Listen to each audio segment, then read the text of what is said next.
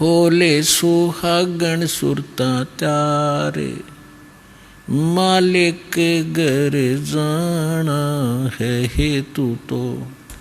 होले सुहागण सुरता त्यारे, मालिक घर जाना है। नाले धोले ओढ़ पैर लेकर 16 सिंगार, नाले धोले ओढ़ पैर लेकर 16 सिंगार।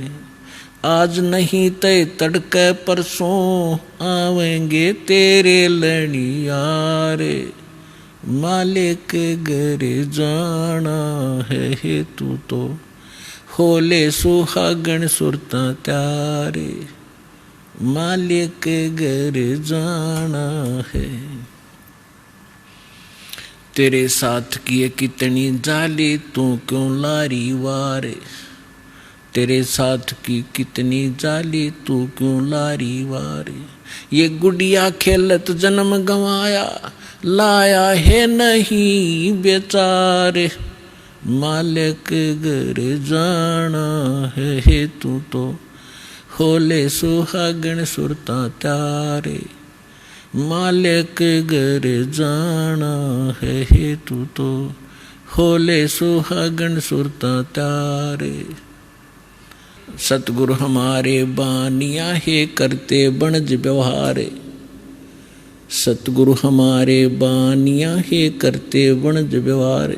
बिन डांडी बिन पालड़े है तोले दिया संसारे, मालिक घर जाना है हेतु तो। होले सुहागण सुरता त्यारे, मालिक घर जाना है। अब परमात्मा आत्मा को जगा रहे हैं कि सुहागन आत्मा वो होती है जिसका विवाह हो जाता है, नाता जुड़ जाता है, जिसकी सगाई हो जाती है, मंगनी हो जाती है, और जिनका रिश्ता हो जाता है, मंगनी हो जाती है, सगाई हो जाती है, वही अपने पति के घर जाती है। और जब तक लड़की कुंवारी है वो पति के घर नहीं जा सकती। तो कहने का भाव ये है कि जिनको उपदेश प्राप्त हो गया है वो सुहागन आत्मा होगी, परमात्मा से जुड़ गए वो। अब अपने जैसे यहाँ रिवाज बनी हुई थी उसी आधार से परमात्मा ने ज्ञान दिया है कि जो लड़की अधिक दहेज लेकर जाती थी तो सास ससुर को अच्छी लगती थी। यहाँ की वैसे रीति ये गलत है, लेकिन फिर भी उसके आधार से ज्ञान समझाने के लिए परमात्मा ने बताया है। तो इसी प्रकार परमात्मा कहते हैं कि नाले धोले ओढ़ पैर लेकर 16 सिंगार, और दुल्हन को अच्छी तरह सिंगार कर भेजा करते थे, हर तरह से उसको आभूषण पहनाते थे ताकि उसकी छवि कुछ निखर जाए। तो परमात्मा कहते हैं आत्मा के जो गहने हैं, आभूषण हैं, ये वो नहीं है जो यहाँ के बनावटी होते हैं। शील, संतोष, विवेक, अक्षमा, दया, सुमरण, भक्ति, दान, साधु सेवा, विनम्रता, ये गहने होते हैं सब एक आत्मा के। कहते हैं ये सभी आभूषण ग्रहण कर, और आज नहीं तो कल मृत्यु होगी, तुझे जाना होगा। तेरे साथ की कितनी जाली, जिन महापुरुषों का मोक्ष हुआ, जिन्होंने जिस सत्र की साधना की वही क्योंकि इस कबीर परमात्मा के ज्ञान से तो उस समय कोई परिचित थे नहीं कि कौन कौन मुक्त हुए, ना वो विश्वास मानते थे कि सचमुच ये मुक्त हुए हैं। हम किन को मुक्त मानते थे, ध्रुव, प्रहलाद, मीरा बाई आदि जितने, तो उनके उदाहरण देकर बताए जाते हैं कि तेरे साथ की कितनी जाली, ध्रुव, प्रहलाद, मीरा बाई आदि ये महापुरुष, और तुम क्यों लारी वार।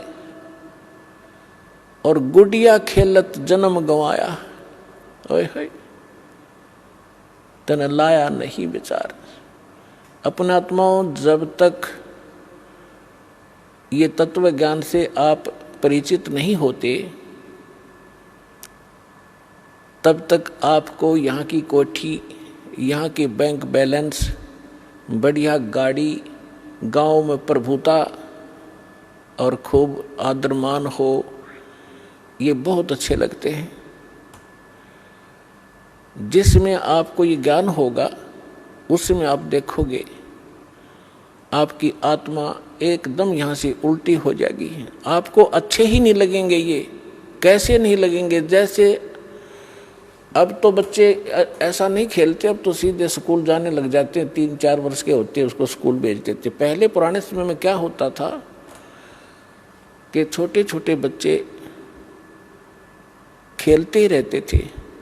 छोटी लड़कियां हमने विशेषकर देखा, जो बड़ी लड़कियों का विवाह हो जाता था उनके लिए घर पे टेलर बुला करके उनके कपड़े सिलवाए जाते थे, और उन कपड़ों से बचे हुए कटपीस, छोटे छोटे 2-2, 3-3 इंच के कपड़े होते थे, टुकड़े, उनको छोटी लड़कियां उठा लेती थी और वो नकल किया करती थी।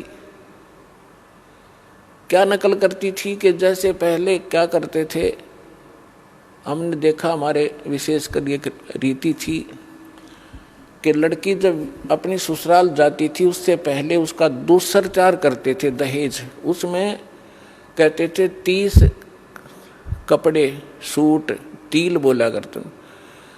आगे वालों की, यानी आगे ससुराल वालों में किसी सासू की, नंद की, पीतस की, तायस की, दादस की, ऐसे, और फिर वो आगे वालों की, और 20 लड़की की, वो अलग अलग कपड़े रखे जाते थे। तो वो लड़की छोटी सी क्या करती थी, उन छोटे छोटे टुकड़ों को इकट्ठा करके और ऐसे ही अलग अलग रख लेती थी कि ये 30 आगे वालों की, ससुराल वालियाँ की, और ये 30 अरे गुड्डा बनाती है, गुडिया बनाती, उनका ब्याह करती, उनके साथ खेला करती थी। और उस जो उसने रखे हुए थे ना छोटे छोटे जितने टुकड़े, जिनको वो सूट मान कर रखे हुए थी, उनमें से कोई दूसरी बहन या भाई निकाल लेता 1-2 उस टुकड़े को, तो इतना बुरी तरह रोया करती, पैर पीटा करती, हाय मेरी तिल उठा ली, मेरा सूट उठा लिया। जब उससे पूछा करते थे कहाँ से उठा लिया, कि ये 40 थे, आज इसमें 2 घट गए वो टुकड़े। और जब वो बेटी युवा हो जाती है, उसका विवाह होता है, तो फिर उसको पता चलता है, जब युवा हो जाती है उसको ओरिजिनल सूट का पता लगता है, ओरिजिनल दुल्हा और दुल्हन का पता लग जाता है। तो फिर उसको कहे के ले आजा खेल ले, इनके साथ वो कभी नहीं खेल सकती। तो पुण्यात्माओं, आज जो आप यहाँ की संपत्ति, कोठी, कार, बंगला बनाने में अपना जीवन नाश कर रहे हो, ये गुडिया वाला खेल खेल रहे हो। और जिस समय आपकी ये मैच्योर हो जाएगी, आपकी बुद्धि, आपके विचार परमात्मा के अध्यात्म ज्ञान से, फिर आपको कोई कहेगा ना ये कोठी बना ले, बंगला बना ले, आज एक प्लाट दिवाऊं, होगा बस भाई, अब तो सतलोक में प्लाट खरीद देंगे, यहाँ तो बतेरे खरीद लिए। कहते कोट जन्म तन भर मत होगे, कुछ ना हाथ लगा रे, कुकर सुकर खरबया बोरे, कौआ हंस बुगारे। कोटि जन्म तू राजा की, न्या मिटी न मन की आशा, भिक्षुक हो के दर दर घूम्या, मिला न निर्गुण रासा। इंद्र कुबेर ईश की पदवी, ब्रह्मा वरुण धर्मराया, विष्णुनाथ केलपुर को जाके फिर भी वापस आया। असंग जन्म तन मरता होगे, जीवित क्यों न मरे रे, 12 मद महल मुठ बोरे, बहुर न दे धरे रे। दोजक बहिष्ट सभी ते देखे, राजपाट के रसिया, 3 लोक से तिरपत नाही, ये मन भोगी खसिया। सतगुर मिले तो इच्छा मेटे, पद मिल पदे समाना, चल हंसा उस लोक पुठाऊं, जो आदि अमर अस्थाना। 4 मुक्ति जहाँ चंपी करती, माया होरी दासी, दास गरीब अभय पद पर से, वो मिले राम अविनाशी। जिन महापुरुषों को परमात्मा मिले और स्वयं परमात्मा ने आके हमें जो यथार्थ ज्ञान बताया, वो हम तक पहुंचा नहीं, जिस कारण से हम भक्ति करके भी निष्फल रहे और सौ कष्ट हम भोगते रहे और साधनाएं भी करते रहे, क्योंकि हम साधना उन असमर्थ भगवानों की करते रहे जो हमारे भाग्य को परिवर्तन नहीं कर सकते थे। तुम कौन राम का जपते जापम, तात कटे ना तीनों तापम।